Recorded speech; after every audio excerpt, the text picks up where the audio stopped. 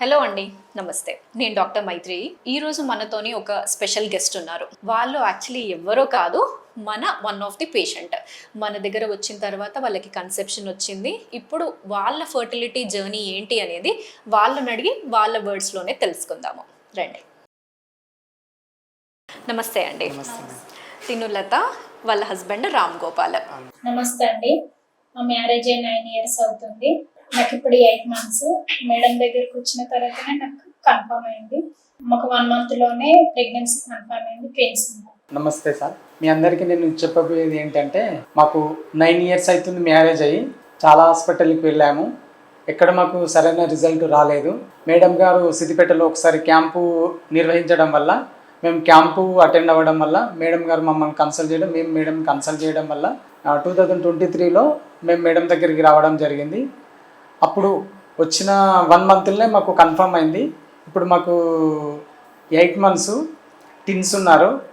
మళ్ళీ ఒకటి ఇక్కడున్న హాస్పిటల్ వాళ్ళు కూడా మమ్మల్ని చాలా మంచి రిసీవ్ చేసుకోవడం, మంచి రిజల్ట్ రావడం మాకు చాలా సంతోషంగా ఉన్నది. చాలామంది అంటుంటారు, తాత వరుస, అమ్మమ్మ వరుస, చుట్టాలు, బంధాలు. చాలామంది ఏమంటారంటే, ఇంకా పిల్లలు లేరా, ఏంది చూపించుకోవా అనడం కూడా మాకు చాలా బాధ వేసింది. తొందరగా పిల్లలు అయితే బాగుండనేది కూడా ఆతృతత ఉండేది. కానీ ఏ హాస్పిటల్ పోయినా సక్సెస్ కాలేకపోయింది.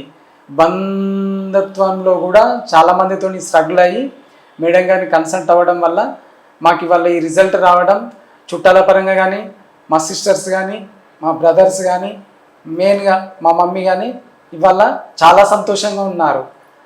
మేము కూడా చాలా హ్యాపీగా ఫీల్ అవుతున్నాం. మీరు కూడా తప్పకుండా హాస్పిటల్ రావాలని కోరుకుంటున్నాను. చూసారు కదా, ఇది వీళ్ళ సక్సెస్ స్టోరీ. ఇలా ఎంతోమంది థౌజండ్స్ ఆఫ్ హ్యాపీ కపుల్స్ ఉంటారు. వీళ్ళ ఫర్టిలిటీ జర్నీలో నేను భాగంగా అవ్వడము అనేది అది నా అదృష్టంగా భావిస్తాను. ఎందుకంటే రేపు డెలివరీ అయిన తర్వాత అయినా కానీ, ఈ జర్నీ అంతా అయిపోయిన తర్వాత వాళ్ళ కళ్ళల్లో సంతోషమే నాకు ఇంకా ఎక్కువ ట్రీట్మెంట్ అనేది చేయడానికి నాకు కూడా ప్రోత్సాహం అనేది ఇస్తుంది.